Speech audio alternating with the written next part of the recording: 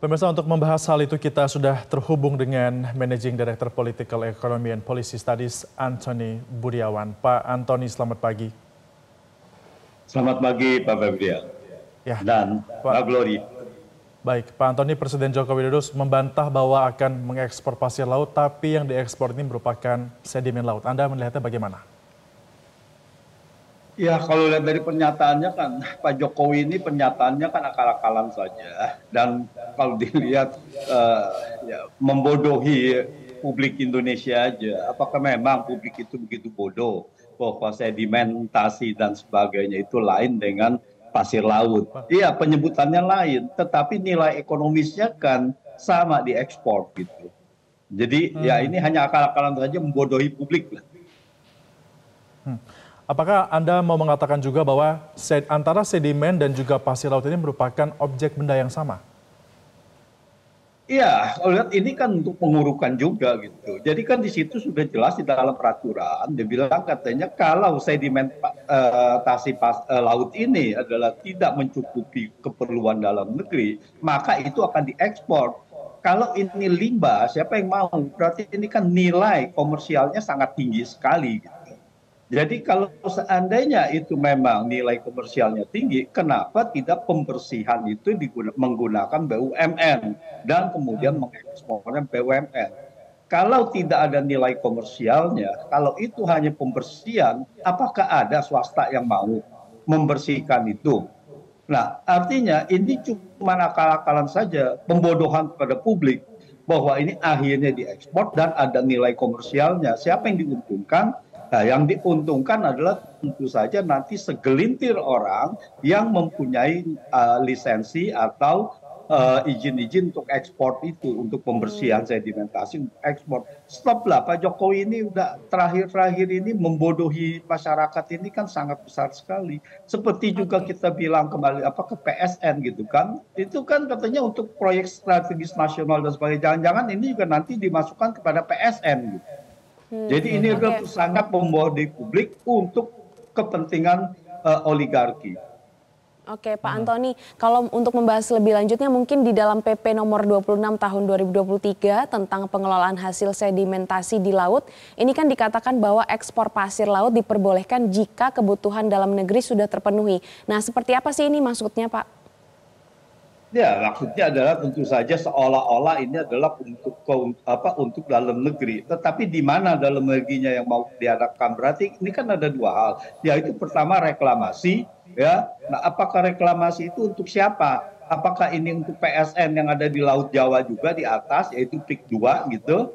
Dan kalau itu sudah mencukupi maka itu diekspor gitu. Nah, ini adalah jelas dua hal sekaligus yang menguntungkan, yaitu mereka yang berkepentingan untuk reklamasi dan kedua adalah untuk kepentingan ekspor. Jadi ini adalah dua. Kalau seandainya yang memerlukan untuk reklamasi itu mereka mengerjakan dan ada yang untuk keperluan ekspor. Jadi ini bagi-bagi coupling.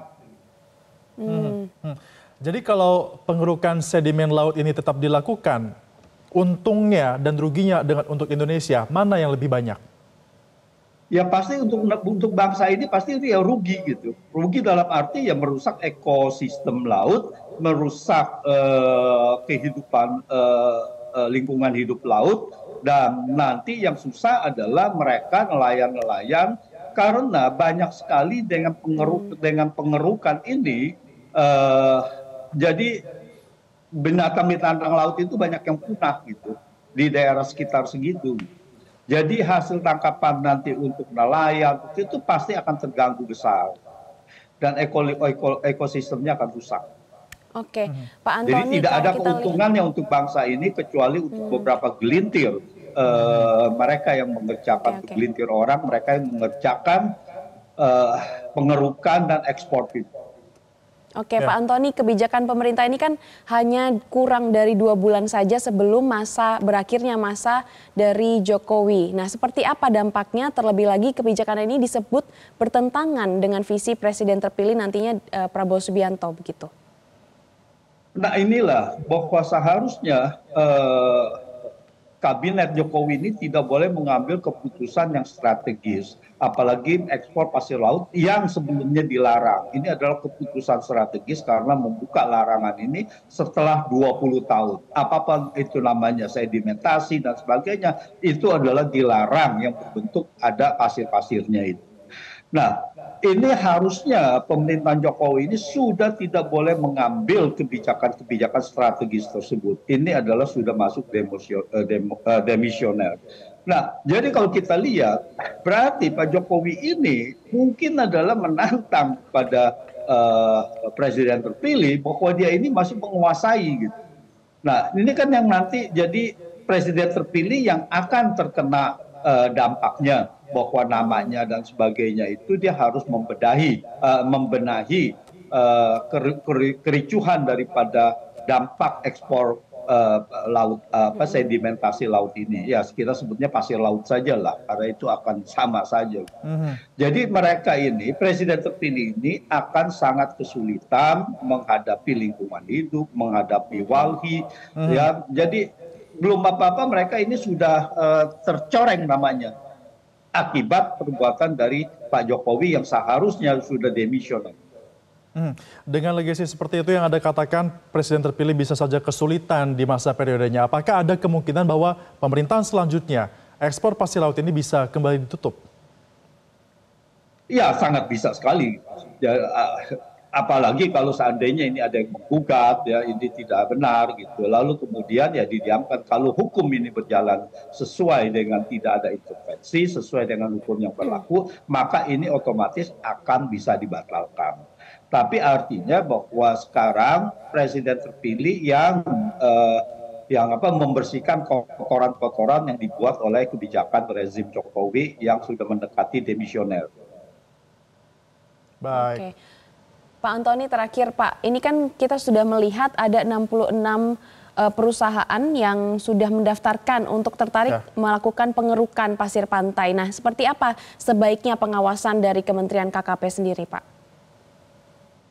Ini harus dihentikan, jadi jangan ini lagi, ini harus dihentikan, jadi harus ada kekuatan masyarakat yang menghentikan itu. Kalau seandainya dalam 2 bulan ke depan, 1 bulan ini setelah pelantikan, lalu Presiden terpilih Prabowo itu masih tetap melanjutkan, nah jadi berarti masyarakat bisa melihat kebijakan dari Presiden terpilih adalah hanya melanjutkan dari kebijakan rezim Jokowi, dan nanti masyarakat akan menilainya dalam 100 hari ke depan. Kalau tidak ada perubahan yang signifikan dan menyebabkan, otomatis nanti akan banyak terjadi perlawanan, dan saya harap bahwa ini harusnya dibatalkan. Dampaknya, ya kalau kita lihat 66 perusahaan ini adalah perusahaan-perusahaan yang mencari rente ekonomi ini, yang diuntungkan dari pembukaan ekspor pasir laut ini. Baik, artinya kita harapkan ya agar akan ada kebijakan yang benar-benar pro rakyat dan juga tidak memberikan kerugian dampak geologi dan juga geologi bagi Indonesia. Terima kasih sudah bergabung bersama kami, Managing Director Political Economy and Policy Studies Antoni Budiawan dalam Metro Pagi Prime Time. Selamat kembali beraktivitas, Pak Antoni. Jelajahi cara baru mendapatkan informasi. Download Metro TV Extend sekarang.